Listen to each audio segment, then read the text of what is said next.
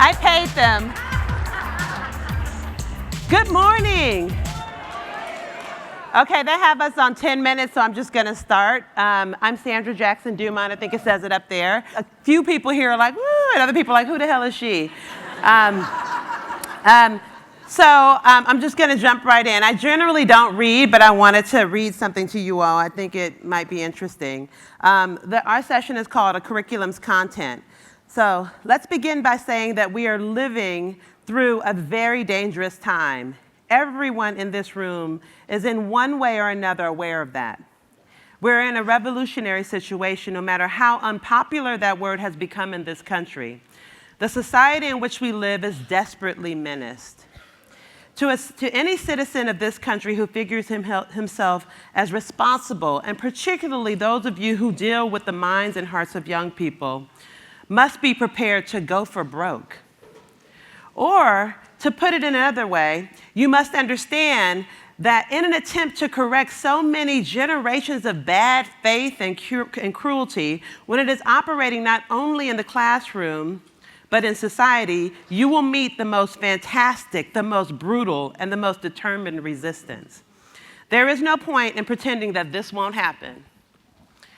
Man is a social animal. He cannot exist without society. A society, in turn, depends on certain things which everyone within that society takes for granted. Now, the crucial paradox which confronts us here is that the whole process of education occurs within a social framework and is designed to perpetuate the aims of society. The paradox of education is precisely this: that as one begins to become conscious, one begins to examine the society in which he is being educated.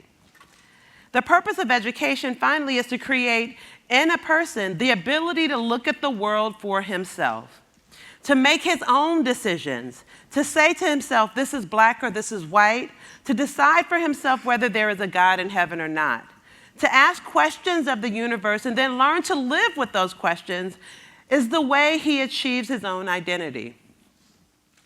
But no society is really anxious to have that kind of person around. What societies really ideally want is a citizenry which will simply obey the rules of society. We're familiar with this, right? If a society succeeds at this, that society is about to perish. The obligation of anyone who thinks of himself as responsible is to examine society and try to change it and fight it, at no matter what risk. This is the only hope society has. This is the only way societies change.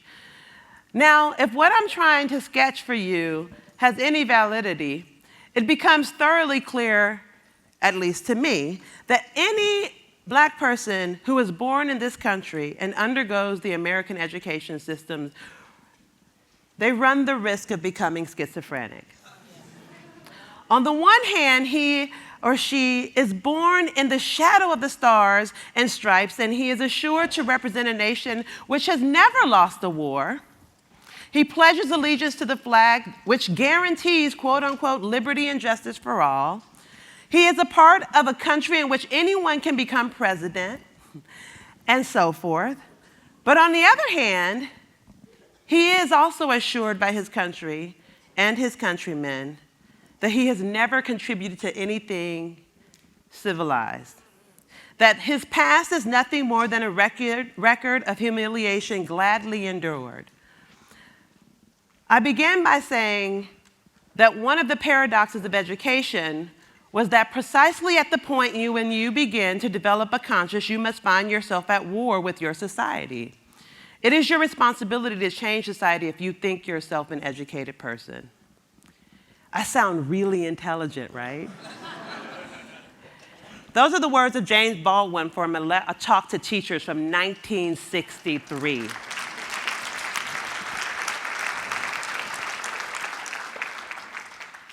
I don't believe in plagiarism, I'm an educator. The thing that I think is so important about that is that it's so relevant today. That's just an excerpt from this talk. That I can read those words, and if I had not told you, if you hadn't read the essay, but if I hadn't told you that those were not my words, you would have believed those were my words. Because every word in there is relevant today. I changed Negro to black. That was it. That's the only one I changed.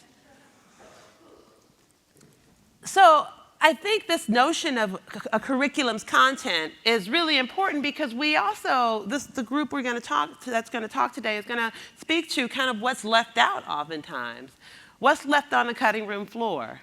The act of building a curriculum is radical, if you believe in that thinking, right?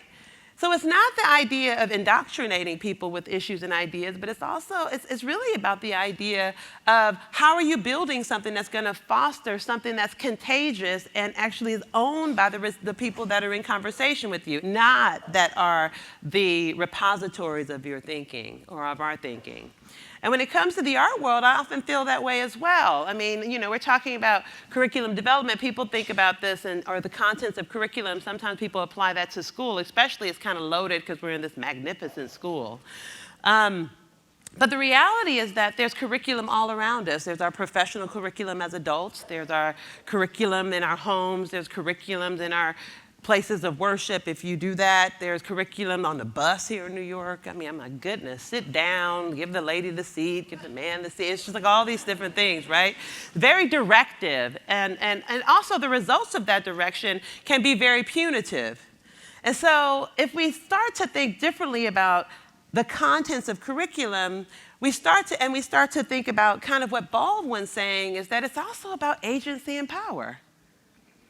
And it's about the exchange of agency and power. It's about the ability for someone to actually shape their own mind. So I'm actually, and a lot of people have heard me say this, I'm really very much invested in the idea of building a community of thinkers. Building an environment where people actually are participating when and where they are, but also are stretching themselves. I actually think that the capacity of the art world has tremendous currency. But I also think that we've, in many cases, particularly in the contemporary art world, gotten caught up in the commerce part of it. And so the idea that we could be about something other than the object is actually kind of interesting. And when I say other than the object, that doesn't mean that I'm not interested in the object. I'm interested in the object as a part of an ecosystem. How do these things relate to each other? What exactly does it mean when Simone Lee builds a Free People's Clinic? And actually isn't really building it, but actually creating an environment for what already exists to be platformed further. Can that be an artistic practice? Well, clearly, yes. The other thing that I think is really interesting about what Baldwin says is that it's actually, in some ways, not what he's saying, while that's really powerful. It's the spaces in between what he's saying that's most interesting to me. So there's a great quote. I love quotes. There's a great, I don't know this one specifically, and I was looking for it. I should have been prepared for this. But it's Richard Pryor. In this context, I think is amazing. But he talks about the fact that he said, you know, anyone who's ever been poor knows how expensive it is. So it's not actually, it's kind of what he's saying, but there's so much in between what he's saying. And so when Baldwin talks about how important it is to create an environment for thinkers, and for people to actually have voice and mind their own minds, it's actually pretty powerful because there's so much agency in you being able to do that yourself.